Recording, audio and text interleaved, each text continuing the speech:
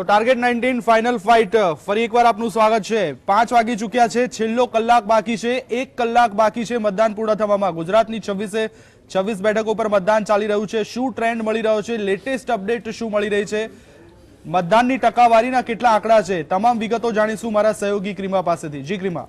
બિલકુલ દિવાંગ, છેલ્લો 1 કલાક બાકી રહ્યો છે ગુજરાતની 26 બેઠકો ઉપર મતદાન માટે અને 5 વાગ્યા સુધીના કેટલાક આંકડાઓ સામે આવી રહ્યા છે તેની ઉપર નજર કરીશું। રાજ્યભરમાં મતદાનનો આખરી કલાક જ્યારે બાકી રહ્યો છે, સૌરાષ્ટ્રમાં ધીમો માહોલ જોવા મળી રહ્યો છે, જ્યારે આદિવાસી વિસ્તારો છે, ઉત્તર અને દક્ષિણ ગુજરાતના જે વિસ્તારો છે તે બમ્પર મતદાન તરફ આગળ વધી રહ્યા છે। સાથે જ સૌરાષ્ટ્રની બેઠકોમાં એકંદરે આ વખતે નીરસ મતદાન જોવા મળી રહ્યું છે। સૌરાષ્ટ્રની જે તમામ બેઠકો ઉપર છે મતદારોમાં ઉત્સાહ નથી જોવા મળી રહ્યો। આદિવાસી વિસ્તારો છે તેમાં છપ્પર ફાડ મતદાન જોવા મળી રહ્યું છે। આદિવાસી વિસ્તારોમાં આ વખતે નવો ટ્રેન્ડ સ્થાપિત થયો છે। 3 વાગ્યા સુધીમાં બારડોલીમાં સૌથી વધુ 59% મતદાન થયું છે। સાથે જ વલસાડમાં 3 વાગ્યા સુધીમાં 58% મતદાન થયું છે। મતદાનને માત્ર હવે 1 જ કલાકનો સમય બાકી રહ્યો છે। ભરૂચમાં પણ 3 વાગ્યા સુધીમાં 56% મતદાન થયું છે। આ સમગ્ર જે આંકડાઓ સામે આવી રહ્યા છે, 3 વાગ્યા સુધીમાં પોરબંદરમાં સૌથી ઓછું 41% મતદાન અત્યાર સુધીમાં નોંધાયું છે। પોરબંદરમાં આ વખતે ઓછું મતદાન, જ્યારે રાજ્યની શહેરી બેઠકો પર ઓવરઓલ સરેરાશ મતદાન જોવા મળી રહ્યું છે। એટલે કે હવે એમ કહી શકાય કે આદિવાસી વિસ્તારોમાં આ વખતે વધુ મતદાન થયું છે, મતદારોમાં વધારે ઉત્સાહ જોવા મળી રહ્યો છે। આખરી કલાક અને ટફ ફાઇટ। જી બિલકુલ ક્રિમા, આખરી કલાક છે અને ટફ ફાઇટ જોવા મળી રહી છે, પરંતુ ચોંકાવનારી અને રાજકીય પક્ષોને મૂંઝવતો પ્રશ્ન એ છે કે સૌરાષ્ટ્ર અને કચ્છમાં સરેરાશ કરતા ઓછું મતદાન જોવા મળી રહ્યું છે। હવે આ છેલ્લા કલાકમાં મતદાનની ટકાવારી કેટલી વધે છે અને તમામ રાજકીય પક્ષો, બૂથ લેવલના કાર્યકરો હવે કામે લાગશે। જીએસટીવી તરફથી પણ આપ સૌને કહેવામાં આવે છે કે લોકશાહીના આ પર્વમાં આપ પણ ભાગ લો। જો મતદાન કરવા ન ગયા હોય તો આ યજ્ઞમાં આપણે પણ આહુતિ આપવી એટલી જ જરૂરી છે। આવનારા 5 વર્ષમાં સત્તાનું સુકાન કોને આપવું અને આપણું ભવિષ્ય આપણે જ ઘડવાના છે, માટે મતદાન ચોક્કસથી કરો। અને આ જ વિષય ઉપર આપણે વાત કરીશું। મારી સાથે સ્ટુડિયોમાં હાજર છે કોંગ્રેસમાંથી HK ડાભી, રાજકીય વિશ્લેષક ડોક્ટર યજ્ઞેશભાઈ દવે, રાજકીય વિશ્લેષક અનિલભાઈ પાઠક અને મારા સહયોગી વિવેક ગોહિલ। તમામ મહાનુભાવોનું સ્વાગત છે। શરૂઆત યજ્ઞેશભાઈ આપનેથી કરીશું, અને એટલા માટે કારણ કે આ વખતે જે મતદાનની ટકાવારીનો આંકડો સામે આવી રહ્યો છે, છેલ્લો કલાક બાકી છે, પણ દક્ષિણ ગુજરાતની 5 બેઠકો સપાટો બોલાવી નાખ્યો છે, કારણ કે જે મતદાન થયું છે આદિવાસી બેલ્ટમાં તે ખરેખર ચોંકાવનારું। બારડોલી, ભરૂચ, છોટાઉદેપુર, સાબરકાંઠા અને ડાંગ, આ જે સીટો છે આ સીટો ઉપર સૌથી વધારે મતદાન થયું છે। અને કદાચ એવું માની શકાય કે આ સૌરાષ્ટ્રની સરખામણીમાં દોઢું મતદાન છે એવું પણ કહી શકાય, કારણ કે સૌરાષ્ટ્ર કરતાં 10 થી 12% મતદાન વધારે છે ત્યાં આગળ। તો ઓવરઓલ જે મતદાનની ટકાવારી જે ખરી એ કદાચ ગઈ વખતના આંકડાને ટચ કરી લે તો નવાઈ નહીં, કારણ કે ગઈ વખતે 63.60 મતદાન હતું અને આ વખતે જે ખરું એ કદાચ ત્યાં સુધી પહોંચશે। સવારે જે પહેલાં 2 કલાક જોતા એવું લાગતું હતું કે 70% પહોંચશે, પરંતુ બપોરે ગરમી ને ત્યારબાદ જે મતદાનની ટકાવારી થોડી ઘણી ધીમી પડી એ જોતાં એવું લાગ્યું કે મતદાનની ટકાવારી જે ખરી 60ની આસપાસ હશે, પણ આ વખતે કદાચ 65 થી 63 થી 65ની વચ્ચે મતદાનની ટકાવારી રહેશે એવું લાગી રહ્યું છે। પણ યજ્ઞેશભાઈ, પરિબળ કયું જવાબદાર? કારણ કે રાજકીય પક્ષોએ તો પોતાનો ચૂંટણી પ્રચાર પ્રસાર એડી ચોટીનું જોર લગાવી દીધું, પણ આદિવાસી બેલ્ટમાં જે રીતના ઉત્સાહ જોવા મળી રહ્યો છે, કયું ફેક્ટર જવાબદાર? આ વખતે આદિવાસી બેલ્ટ પણ આશ્ચર્યજનક રહ્યો છે, અને આખા ઓલ ઓવર ભારતની આપણે વાત કરીએ તો ઓલ ઓવર ભારતમાં જે પૂર્વના રાજ્યો છે એ પણ આ વખતે આશ્ચર્યજનક રહ્યા છે। પૂર્વના રાજ્યો જે ખરા પશ્ચિમ બંગાળથી માંડી આસામ, અરુણાચલ પ્રદેશ, નાગાલેન્ડ, મિઝોરમ, આ બધામાં 80% ઉપર મતદાન થયું છે પહેલા 2 તબક્કાની અંદર। એટલે આ વખતે જે રિઝલ્ટ આવી રહ્યા છે, અથવા તો જે પ્રમાણે છે કે જ્યાં ભારતીય જનતા પાર્ટીનું પ્રભુત્વ નહોતું, જેમ કે આદિવાસી બેલ્ટમાં ભારતીય જનતા પાર્ટીનું પ્રભુત્વ નહોતું, પૂર્વના રાજ્યોમાં ભારતીય જનતા પાર્ટીનું પ્રભુત્વ નહોતું, એવી જગ્યાએ મતદાનની ટકાવારી વધતી દેખાઈ રહી છે। એટલે કદાચ જે પ્રમાણે 99ની આપણે શરૂઆત કરીએ કે 99થી માંડીને અત્યાર સુધીની અંદર પ્રજાનું મન આપણે 20 વર્ષમાં કરી શક્યા નથી, અને પ્રજાએ દર વખતે જે ખરા એ જે એક્ઝિટ પોલ અને સર્વે એની વિરુદ્ધમાં જે રિઝલ્ટ આપ્યા છે, તો આ વખતે પણ એવું વિરુદ્ધમાં રિઝલ્ટ આવી શકે એમાં નવાઈ નથી લાગતી। ચલો અનિલભાઈ, એક બીજી વાત કરીએ, આપણે ઉત્તર ગુજરાતની વાત કરીએ। ઉત્તર ગુજરાતની 7 બેઠકો છે, ત્યાં પણ જે આંકડા સામે આવી રહ્યા છે સારા આંકડા કહી શકાય, પરંતુ ઉત્તર ગુજરાતની જો વાત કરવામાં આવે તો રાજકીય પક્ષો માટે આ 7 બેઠકો માટે ક્યાંક માથાના દુખાવા સમાન, ક્યાંક કાર્યકરોમાં નારાજગી, ક્યાંક ઉમેદવારોને લઈને ક્યાંક માથાકૂટ જોવા મળી હતી, પરંતુ મતદારોનો જે ઉત્સાહ છે એ ઉત્સાહ ચરમસીમાએ. શું કહેશો? મારું એવું માનવાનું છે જ કે આ લોકસભાના ઇલેક્શનમાં મતદારોની જ જાગૃતિ એટલી સારી છે કે રાજકીય પક્ષો કંઈ ના કરે ને તો પણ લોકો પોતાની રીતે જ મતદાન કરવા આગળ વધી રહ્યા છે. હું સવારથી જોઈ રહ્યો છું કે સવારના પરમાં હું મતદાન કરવા ગયો ત્યારે જ 1000માંથી 40 જણાએ મતદાન પહેલાં 1 જ કલાકમાં કરી દીધેલું. એનો અર્થ એ થયો કે લોકોમાં એક જાગૃતતા શહેરોમાં તો છે જ પણ ગામડાઓમાં પણ છે. એટલે આ વખતે લોકોની પોતાની મતદાર પોતે એટલો હવે શિક્ષિત થઈ ગયો છે અને એટલો જાગૃત બની ગયો છે અને ખબર છે કે મારે મત આપવાનો છે અને મારી જવાબદારી છે. એટલે અનિલભાઈ એવું કહી શકાય કે જે રાજકીય પક્ષોએ પ્રચાર કર્યો, જે મુદ્દાઓ પ્રજા સમક્ષ મૂક્યા, મતદારો સમક્ષ મૂક્યા, એ મુદ્દાઓની ન તો કોઈ અસર થઈ, પરંતુ આ વખતે મતદાર પહેલાથી જ પોતાનું મન બનાવીને બેઠો હતો કે મારે જે તે ઉમેદવારને મત દેવો છે. આપની વાત છે એ એમ નહીં, પણ મતદારો જાણી ગયા છે જી જે મુદ્દાઓ રજૂ કરવામાં આવ્યા છે એને સમજી ચૂક્યા છે એ લોકો. એટલે રાજકીય પક્ષોની વાતોમાં ન આવ્યા. બિલકુલ રાજકીય પક્ષોની વાતોમાં આવવું હોય કે ના આવવું હોય આપણે નથી સમજતા, પણ એ લોકો સમજી ગયા છે કે ક્યાં જવાનું છે આપણે. એટલે એ જે નક્કી કરેલું મન જે છે એ અત્યારે દેખાઈ રહ્યું છે. અને હજી હું હમણાં આવ્યો ત્યારે પણ વૃદ્ધ લોકો પણ હજી મતદાન કરી રહ્યા છે. એમાં એક આપની પાસે દાખલો આવ્યો છે કે નહીં મને ખબર નથી. હિંમતનગરની અંદર એક શિક્ષકના માતૃશ્રીનું અવસાન થયું તો એ 1.5-2 કલાક જઈને ફરી પાછો આવી ગયો કે ભાઈ મારા લીધે મતદારોને અસર ના થવી જોઈએ. બિલકુલ. આ એક કર્મચારીઓમાં પણ ઉત્સાહ છે જે ફરજ પર જોડાયા છે અને સાથે આપ કહી રહ્યા છો તે રીતે મતદાતાઓમાં પણ ઉત્સાહ છે.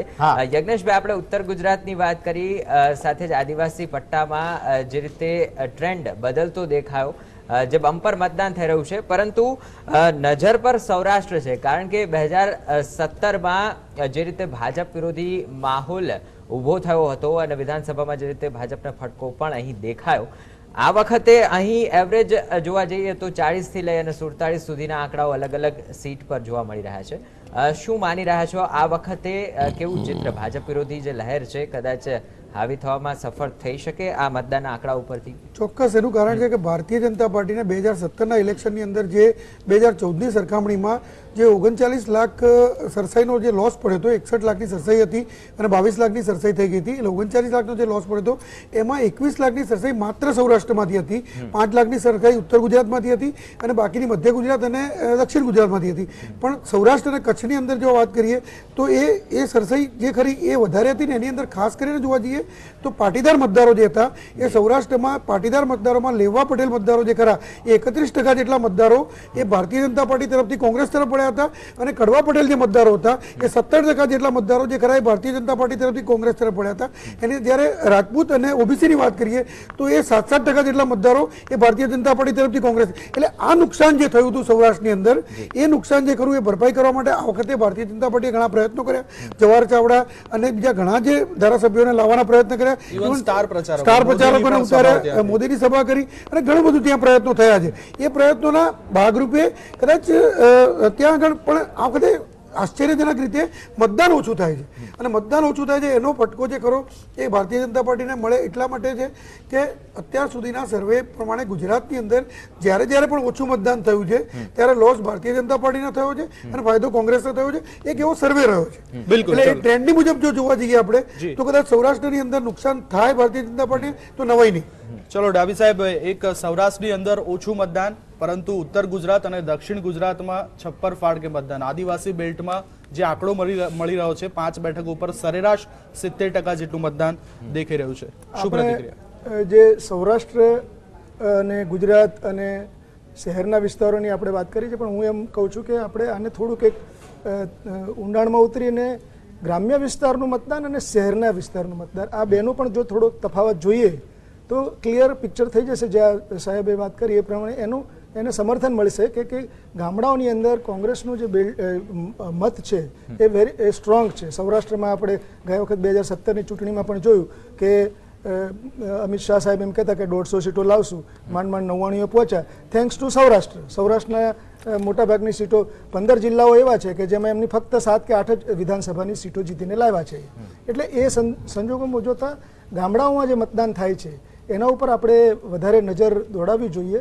જે રીતે આપણે કહ્યું કે આદિવાસી વિસ્તારમાં એકદમ છપ્પર ફાડકે થયું છે. તો આદિવાસી વિસ્તાર અત્યારે એકદમ કરુણ પરિસ્થિતિમાંથી પસાર થઈ રહ્યો છે. એ લોકોના જે જમીનના હકો છે કે એમના જે પેસા એક્ટનો અમલ નથી થતો, એમની જમીનો પચાવી પાડવામાં આવી છે, સરકાર એને એના નામે નથી કરતી, એના માટે કેટલાય આંદોલનો પણ થયા છે. આપણે જોઈએ છે કે એટલે આદિવાસી બેલ્ટમાં ટૂંકમાં રાજકીય પક્ષો ત્યાંની પ્રજાને ત્યાંના મતદારોને રીઝવવામાં સક્સેસ ગયા છે. કોંગ્રેસને ડેફિનેટલી એમાં ફાયદો થશે.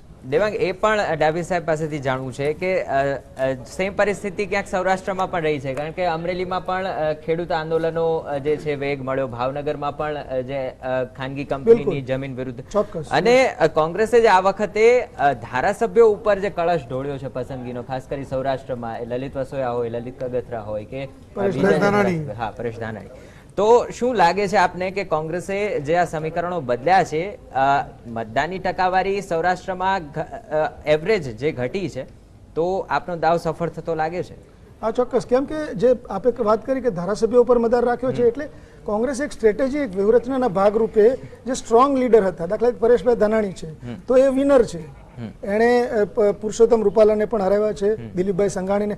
એટલે જે ભાજપના સ્ટ્રોંગ ત્યાંના સૌરાષ્ટ્રના નેતાઓ છે એમને ખરાબ રીતે પરાસ્ત કર્યા છે. બિલકુલ, હું આપને અહીંયા રોકવા માંગીશ, વિવેક આપને પણ રોકવા માંગીશ.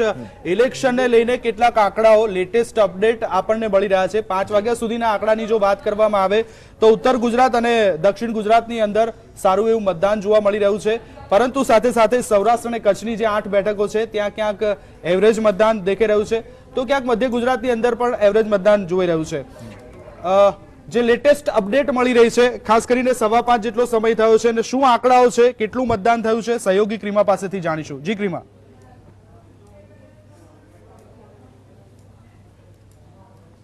બિલકુલ દેવાંગ, 5 વાગ્યા પછીનો સમય છે અને મતદાનમાં હવે માત્ર થોડોક જ સમય બાકી રહ્યો છે. તમામ નાગરિકોને જીએસટીવી પણ સવારથી જ અપીલ કરી રહ્યું છે કે આપ મતદાન કરવા જાઓ, આદર્શ નાગરિક તરીકેની ફરજ બજાવો. સાથે જ અત્યાર સુધીની મહત્વની જે સીટો છે તેના આંકડા સામે આવી રહ્યા છે.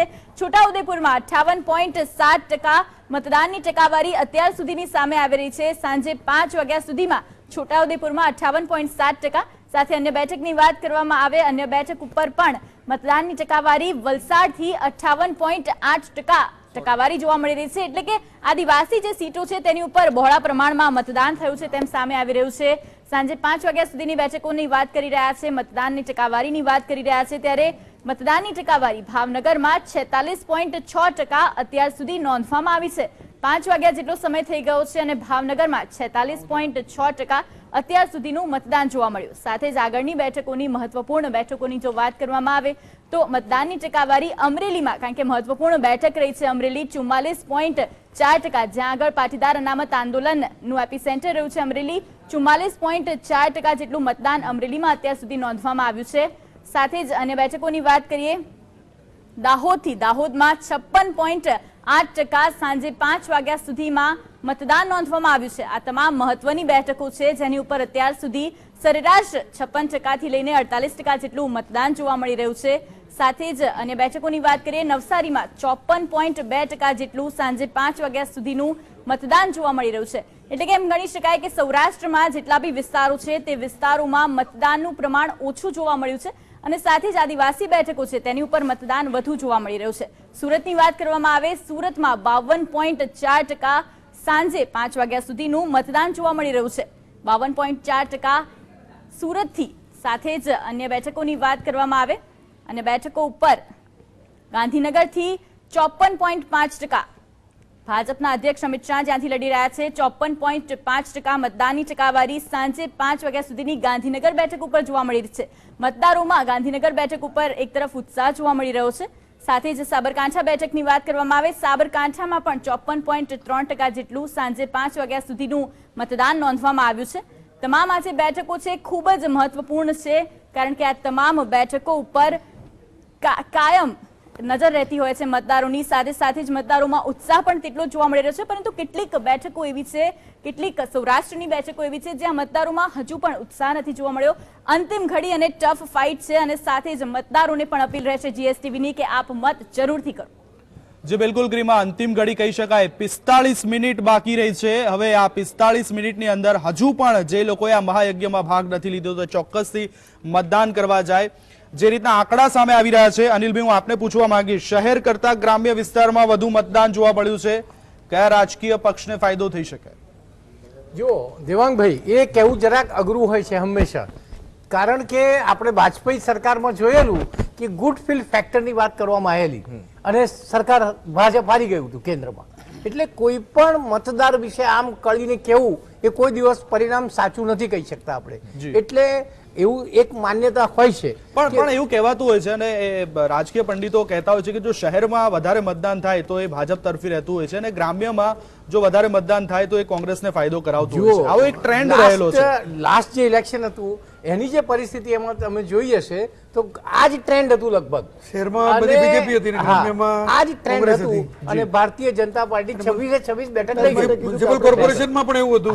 કોર્પોરેશન બધા બીજેપી જોડે હતા. દેવાંગભાઈ, એમ જિલ્લા પંચાયતો બધી કે મતદારો આપણે એ રીતે જોવું જોઈએ. મતદારો બહુ નક્કી કરીને બેઠેલા છે.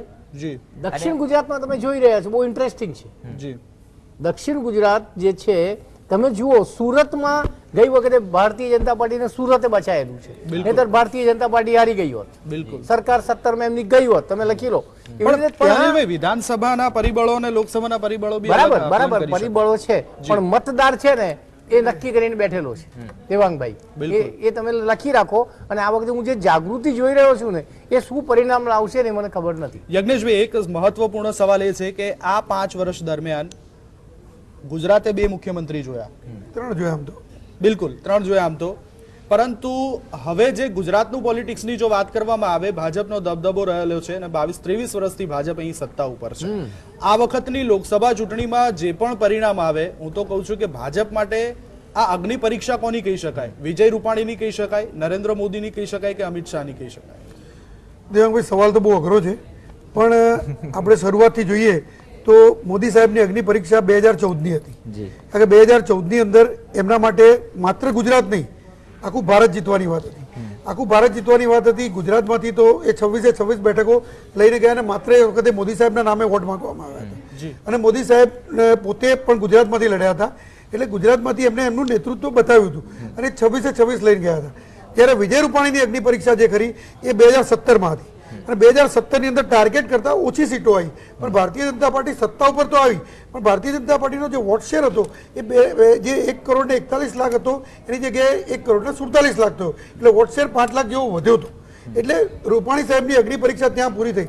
હવે આ વખતની જે ચૂંટણી છે એમાં અમિત શાહ પોતે ગુજરાતમાંથી પ્રતિનિધિત્વ કરી રહ્યા છે.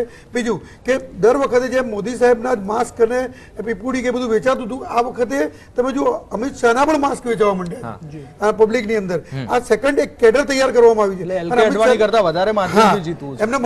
એમને મહત્વ આપવામાં આવ્યું છે. એટલે અમિત શાહની 2 અગ્નિ પરીક્ષા છે. એક તો ગુજરાતની 26 જાળવી રાખવી, કારણ કે જેમ મોદી સાહેબે ગુજરાતનું પ્રતિનિધિત્વ કરી અને 26 બેઠકો લાવ્યા હતા એ રીતે એમને જાળવી રાખવી. બીજી વસ્તુ એ છે કે એલકે અડવાણી જે 4,83,000ની લીડથી ગાંધીનગરમાંથી જીત્યા હતા એનાથી લીડ વધારે લાવવી એ એમના માટે બહુ અગત્યની વસ્તુ છે. કારણ કે એલકે અડવાણી કરતાં એમને કદ વધારવું પડે એ એમના માટે સ્વાભાવિક થઈ ગયું છે. કારણ કે અત્યારે જોઈ શકાય તો ભારતીય જનતા પાર્ટીની અંદર તે નંબર 2નું સ્થાન ધરાવે છે અને કદાચ જો એ પ્રમાણે અહીંથી જીતીને આવશે તો ક્યાં ગૃહમંત્રી અથવા તો નાયબ વડાપ્રધાન બનવાની શક્યતાઓ રહેલી છે. અને આ બિલકુલ છે. એટલે તો એમને પોતાનું કદ સાચવવા માટે પણ ગુજરાતમાંથી 26 બેઠકોમાંથી કેટલી ઓછી થાય છે એ એમના માટે બહુ અગત્યની વસ્તુ છે. અગ્નિ પરીક્ષામાંથી અત્યારે 3 પસાર થઈ ગયા. સૌથી વધારે જે ખરા અમિત શાહ પસાર થઈ રહ્યા છે.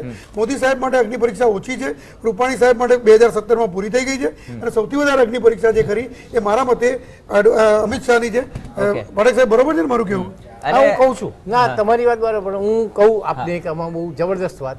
2017માં જે સ્થિતિ ઊભી થઈ હતી એ પછી પાટીદાર આંદોલન હોય, હાર્દિક પટેલ હોય, જે કંઈ ફેક્ટરો હોય એનાથી પેલી ગુજરાતી કહેવત જેવું થયું છે કે દૂધનો દહ જે હોય ને એ છાશ ફૂંકીને પીવે. આપણે જોયું શા માટે અમિત શાહને ગાંધીનગરમાં લાવવામાં આવ્યા? શા માટે? એક ઇન્ફ્લુઅન્સ ઊભી થાય, નહીતર જે વાતાવરણ હતું એની અંદર કદાચ આ લોકો આજે જે સ્થિતિમાં છે ને એ સ્થિતિમાં ના રહ્યા હોય. ભારતીય જનતા પાર્ટીની મોટી સ્ટ્રેટેજી અમિત શાહને ગાંધીનગરમાંથી ઊભા રાખવાના એ છે, જેટલે 26 બેઠક પર એનો પ્રભાવ રહે. કેટલો પ્રભાવ રહેશે એ તો પરિણામ બતાવશે. એટલે હું એ જ કહું છું, અગ્નિ પરીક્ષા અમિત શાહની. પરિણામ દેખાડશે અને એના માટે જ એમને અને નરેન્દ્રભાઈને મેક્સિમમ મિટિંગ કરવી પડી છે. શા માટે આટલી બધી મિટિંગ કરવી પડી રહી છે? કારણ એ છે કે 3 રાજ્યો જીતા બાદ કોંગ્રેસ થોડી મજબૂત બની છે.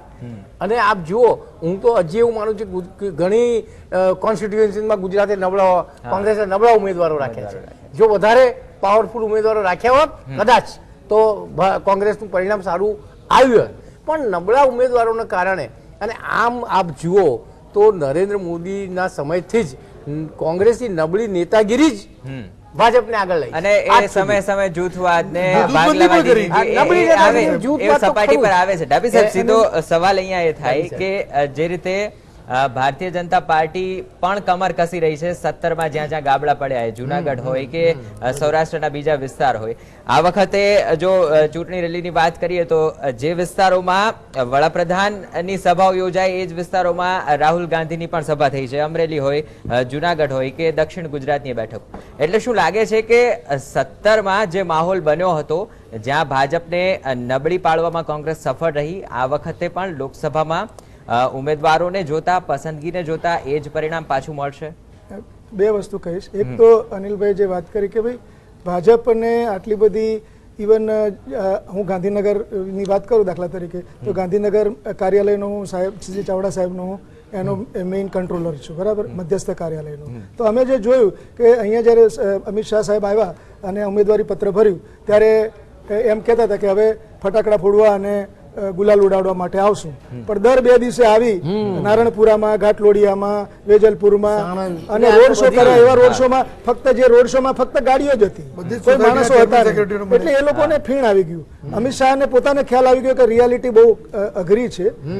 એટલે એમણે શું કર્યું કે સ્ટ્રેટેજી કરી કે જ્યાં કોંગ્રેસ સ્ટ્રોંગ હતી ત્યાં મોદી સાહેબને ઉતાર્યા. પણ કોંગ્રેસે પોતાની એક એવી સ્ટ્રેટેજી બનાવી કે પોતાનો વોટ જે હતો એ કોન્સોલિડેટ કરવા માટે જે સૌરાષ્ટ્રની સ્ટ્રોંગ સીટો હતી ત્યાં રાહુલને લઈ આવ્યા અને એ રીતે પોતાના સ્ટ્રોંગ ઉમેદવારો પણ ઉભા રાખ્યા. જ્યાં અમે માન લો કે અમદાવાદની કે શહેરોની સીટો નબળી છે ત્યાં અમે એવું સાહેબે કીધું એ પ્રમાણે એટલું બધું ધ્યાન નહીં આપ્યું કે ઉમેદવારો, અમે ચોક્કસ ઉમેદવારો સારા જ મૂક્યા છે, પણ કે ભાઈ દાખલા તરીકે ભાજપના જે સ્ટ્રોંગ ઉમેદવારો છે એની ભાજપ સિટીની અંદર ભાજપનો સ્ટ્રોંગ હોલ્ડ છે, તો એની સામે પણ અમે સીજે ચાવડા સાહેબ આજે દાખલા તરીકે આપણે વાત કરું તો નારણપુરા અને ઘાટલોડિયા અને રાણીપનો થોડોક વિસ્તાર છોડીને બાકીના વિસ્તારમાં સીજે ચાવડા સાહેબે સ્ટ્રોંગ નેટવર્ક બનાવ્યું છે. પણ ડાભી સાહેબ, અહીંયા ચિંતાનો વિષય એ પણ છે કે જ્યારે ગ્રામ્ય વિસ્તારોની સરખામણીમાં શહેરમાં ઓછું મતદાન થયું છે અને ગાંધીનગર પર્ટિક્યુલર સીટની જો વાત કરવામાં આવે તો હજી 55% જેટલા મતદાનની ટકાવારીનો આંકડો જ સામે આવ્યો છે. એટલે શહેર તમારે શહેર કવર કરવાનો પણ આ વખતે ચાન્સ હતો કોંગ્રેસ પાસે. તો એવી કોઈ સ્ટ્રેટેજી કામ નહીં.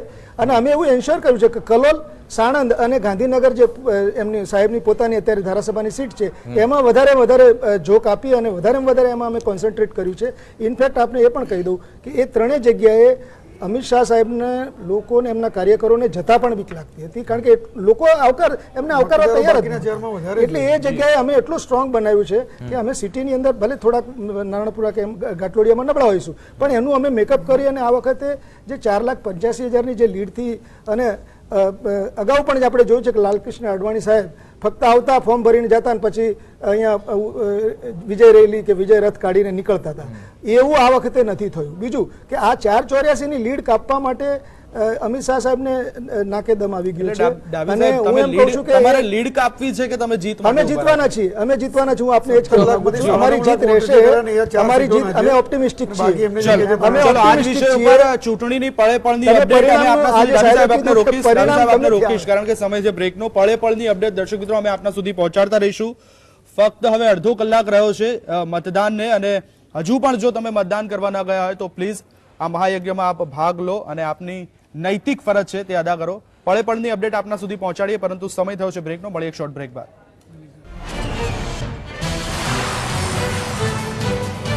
તો બિલકુલ બોગસ વોટિંગની ફરિયાદ ભાવનગરથી મળી હતી અને ભાવનગરમાં હવે ચૂંટણી પંચમાં ફરિયાદ મનહર પટેલ દ્વારા કરવામાં આવશે. છેલ્લી 30 મિનિટ રહી છે અને 26 બેઠકો પર મતદાન ચાલી રહ્યું છે ત્યારે તેનું વિશ્લેષણ પણ આપણી સાથે છે પેનલમાં. મારા સહયોગી વિવેક આપણી સાથે છે, HK ડાભી કોંગ્રેસમાંથી, ડોક્ટર યજ્ઞેશ દવે રાજકીય વિશ્લેષક અને અનિલભાઈ પાઠક રાજકીય વિશ્લેષક આપણી સાથે જોડાયા છે. યજ્ઞેશભાઈ, 2014નો સિનારીઓ જુઓ, 2014નો માહોલ જુઓ અને 2019નો માહોલ જુઓ.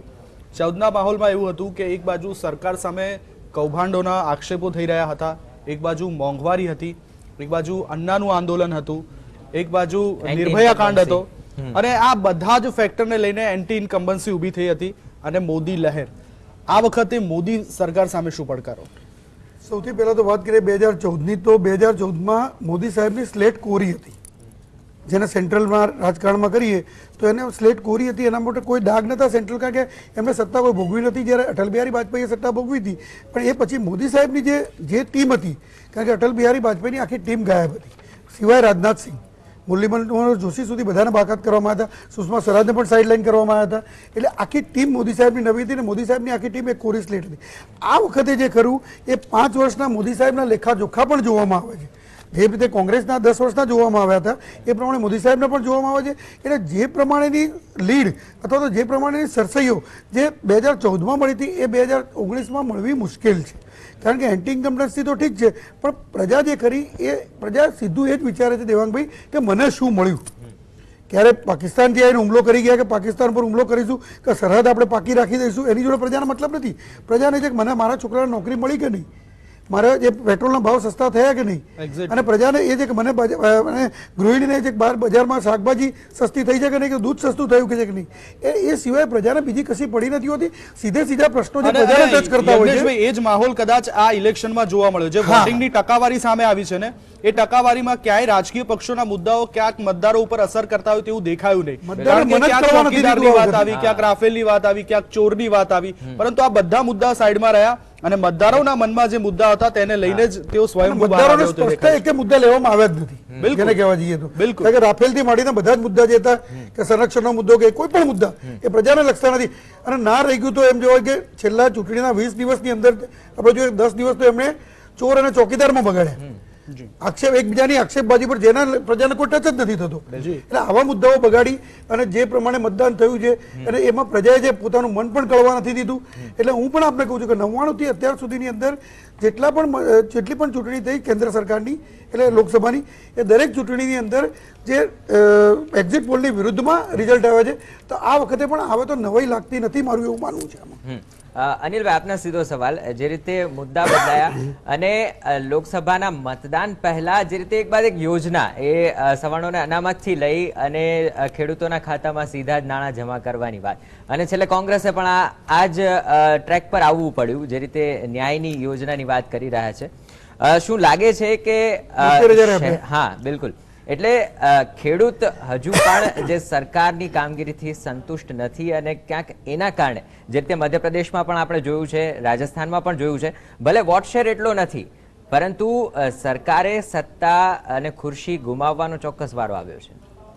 એક વાત છે, આ ઇલેક્શન છે એ રાષ્ટ્રીય ઇલેક્શન છે, આ કોઈ સ્થાનિક પ્રશ્નો માટેનો ઇલેક્શન નથી. અને નરેન્દ્રભાઈ એ વાત જાણીને જ બધું ફોકસ કરી રહ્યા પ્રજા વિશ્વાસ કરશે, કારણ કે સ્થાનિક સ્તરે હવે એ ટેસ્ટ જોવાનો રહ્યો કે પ્રજા શું સમજી છે આમાં. કારણ કે આ કોઈ નાના રાફેલે અમે ચોર ચોકીદાર એ બધું આમાં આવવાનું જ, કારણ કે આ રાષ્ટ્રીય લેવલનું ઇલેક્શન છે, બરાબર છે. હવે ગુજરાતમાં પર્ટિક્યુલરલી જે સૌરાષ્ટ્રની અંદર ખેડૂતો છે એ નારાજ છે આ સરકારથી. કઈ કેન્દ્ર નહીં, ગુજરાતની સરકાર, અને એનો પડઘો આ ઇલેક્શનમાં ચોક્કસ પડશે, એ તમે લખી રાખો. 17માં પડ્યો હતો. 17માં તમે જુઓ અમુક જિલ્લાઓમાં તો આખી બધી જિલ્લાઓમાં, એટલે એ જે સ્થિતિ છે ને એમાં આ પેલું ઇન્સ્યોરન્સ, ક્રોપ ઇન્સ્યોરન્સ, આ ઇન્સ્યોરન્સ, હવે એને ભારતીય જનતા પાર્ટીની જે સરકાર છે એ કેટલું સમજાઈ શકે છે મતદારોને, એના પર આ વખતનું પરિણામ રહેશે, એ બહુ સ્પષ્ટ દેખાય છે. પણ જ્યાં સુધી નરેન્દ્ર મોદીને સવાલ છે, જ્યાં સુધી આપણે એમની વાત કરીએ તો સમજવાનું કે ગુજરાતમાં જે 13-14 વર્ષ સુધી એમનું પરફોર્મન્સ હતું, એ પરફોર્મન્સના બેઝથી એમને પ્રાઇમ મિનિસ્ટર બનાવવામાં આવ્યા છે. એ કોઈ સીધા પ્રાઇમ મિનિસ્ટર નથી બની ગયા. અટલ બિહારી વાજપેયી અને નરેન્દ્ર મોદીમાં બહુ મોટો ફરક છે. નરેન્દ્ર મોદી અને અડવાણી, વાજપેયી આ જુદી જ આખી વાત છે.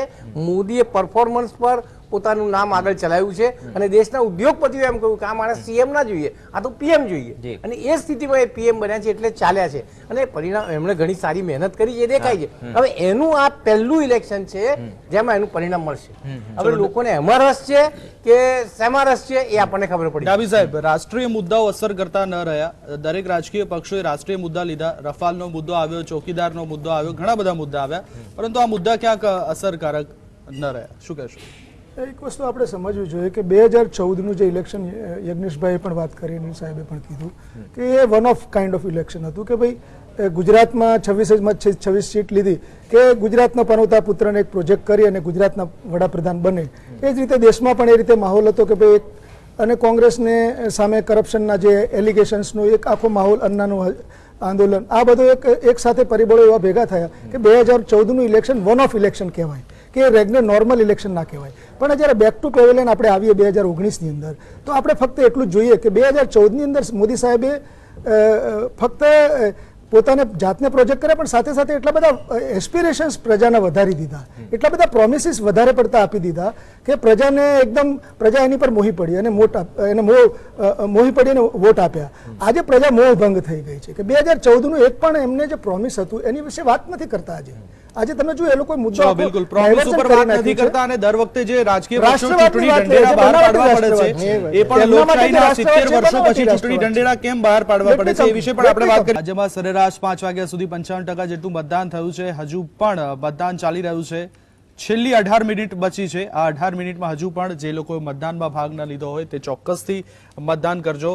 સૌથી ઓછું મતદાન સૌરાષ્ટ્ર કચ્છની જે 8 બેઠકો છે તેની ઉપર થયું છે અને એમાંથી પણ 2 બેઠકો યજ્ઞેશભાઈ ધ્યાન ખેંચે એવી બેઠકો પોરબંદર અને સુરેન્દ્રનગર. આ બંને બેઠકો ઉપર ભાજપના એકદમ નવા ઉમેદવાર ઉભા રાખ્યા છે અને સ્વચ્છ છબી ધરાવતા કહી શકાય. તો એની સામે કોંગ્રેસના દિગ્ગજ કહી શકાય તેવા ખેલાડીઓ છે, પીઢ રાજકારણીઓ છે. પણ આ બેઠકો ઉપર ઓછું મતદાન એ શું સૂચવે છે? ગુજરાતના જે સમજો કે 371 જે મતદારો છે, ઉમેદવારો છે, એ ઉમેદવારોની અંદર સૌથી વધારે ઉંમરના ઉમેદવાર હોય તો એ સોમા ગાંડા છે. એમની 89 વર્ષની ઉંમર છે અને 89 એટલે સૌથી વધારે 79 સૌથી વધારે ઉંમર છે એમની. અને સૌથી ઓછી ઉંમરના છે એ રાજેશ ચુડાસમા છે, 36 વર્ષના. એ જુનાગઢથી લડી રહ્યા છે. તો આ સીટ કરી સુરેન્દ્રનગરની સીટની અંદર 2014ની અંદર ભારતીય જનતા પાર્ટીની લીડ હતી 2,67,000.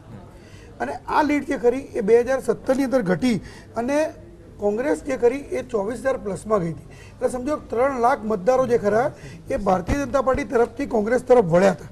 એટલે એના કારણે ભારતીય જનતા પાર્ટીએ આ સીટ પર એમના ઉમેદવાર બદલવા પડ્યા અને એમના ઉમેદવાર બદલ્યા અને એના કારણે જે ખરા એ એમને ક્યાંક ને ક્યાંક એવું લાગ્યું કે જે જૂના ઉમેદવાર હશે એ ઉમેદવાર હારી જશે. એટલે એ ઉમેદવાર બદલી અને એ જ પરિસ્થિતિ પોરબંદરની હતી. પોરબંદરમાં પણ 2,02,000ની સરસાઈ હતી અને એની સામે 49,000 કોંગ્રેસે પ્લસ કરી હતી 2017માં. એટલે એ પણ 2,51,000 જેવી સરસાઈ જે ખરી એ સર કરી હતી કોંગ્રેસે. એટલે બંને સીટો જે ખરી એ સીટો કોંગ્રેસના ફાળે ગઈ હતી 2017માં એટલે સરસાઈની દ્રષ્ટિએ. તો એની સામે ભારતીય જનતા પાર્ટીએ બંને જગ્યાએ નવા અને સ્વચ્છ છબી ધરાવતા ઉમેદવારો ઉતાર્યા અને એની સામે કોંગ્રેસે બંને જગ્યાએ એક જગ્યાએ તો ચાલુ ધારાસભ્યોને ઉતાર્યા અને એક જગ્યાએ પણ યજ્ઞેશભાઈ જિલ્લા પંચાયત તાલુકા પંચાયતની વાત કરવામાં આવે તો સુરેન્દ્રનગરમાં વઢવાણ તાલુકા પંચાયતને જિલ્લા પંચાયતમાં પાછું ભગવો અને ક્યારેક કોંગ્રેસને આપણને આટાપાટા જોવા મળ્યા હતા. એ આટાપાટા જોવા મળ્યા છે પણ જે પ્રમાણે ત્યાં આગળની જે વિધાનસભાની સીટો છે તે વિધાનસભાની સીટો જે ખરી એ કોંગ્રેસના ફાળે વધારે ગઈ છે. જે ભારતીય જનતા પાર્ટી અને લીડ પણ ભારતીય જનતા પાર્ટી કરતાં કોંગ્રેસની વધી છે. કારણ કે બંને જગ્યાએ ભારતીય જનતા પાર્ટી માઇનસમાં ગઈ છે. એના આધારે આ બદલ્યા હતા અને આ કદાચ હોઈ શકે કે ભારતીય જનતા પાર્ટી પ્રત્યેની ઉદાસીનતા હોઈ શકે. અને મેં જેમ આપણે કહ્યું એમ કે જ્યારે ગુજરાતના ઇતિહાસની અંદર છેલ્લા 25 વર્ષની અંદર જ્યારે પણ ઓછું વોટિંગ થયું છે ત્યારે ફાયદો કોંગ્રેસનો થયો છે અને વધારે વોટિંગ થયું છે ત્યારે ફાયદો ભારતીય જનતા પાર્ટીનો થયો છે. જી વિવેક. એટલે આપણે થોડીક વાર પહેલા જ જે ચર્ચા કરી રહ્યા હતા કે ગ્રામ્ય અને શહેરી મતદારનો જે મિજાજ છે અલગ અલગ દેખાતો હોય છે અને આ ફેક્ટર જે રીતે અનિલભાઈ પણ વાત કરી હતી કે રાષ્ટ્રીય સ્તર પર ચૂંટણી છે એટલે મુદ્દા અલગ છે અને છેલ્લા થોડા દિવસોમાં જે રીતે મુદ્દાઓ ઘોળાઈ ગયા, અનિલભાઈ હું શબ્દ વાપરીશ, ઘોળાઈ ગયા, કારણ કે ખેડૂતોના પ્રશ્નો ભૂલાઈ ગયા, રોજગારીની વાત ભૂલાઈ ગઈ. એટલે આખરે સૌરાષ્ટ્રને ધ્યાનમાં રાખીએ, દક્ષિણ ગુજરાતમાં તો ચલો શહેરી બેઠકો ઉપર ભાજપનું વર્ચસ્વ હજુ પણ યથાવત છે, સુરત છે, વલસાડ છે, ત્યાં સૌરાષ્ટ્રમાં કયા એવા મુદ્દાઓ જે જરૂરી હતા છતાં સપાટી પર આવ્યા નથી અને આખરે ગ્રામ્ય જે મતદાર છે, ગ્રામીણ મતદાર, તે કયા આધાર ઉપર વોટિંગ કરવા જતો હોય છે?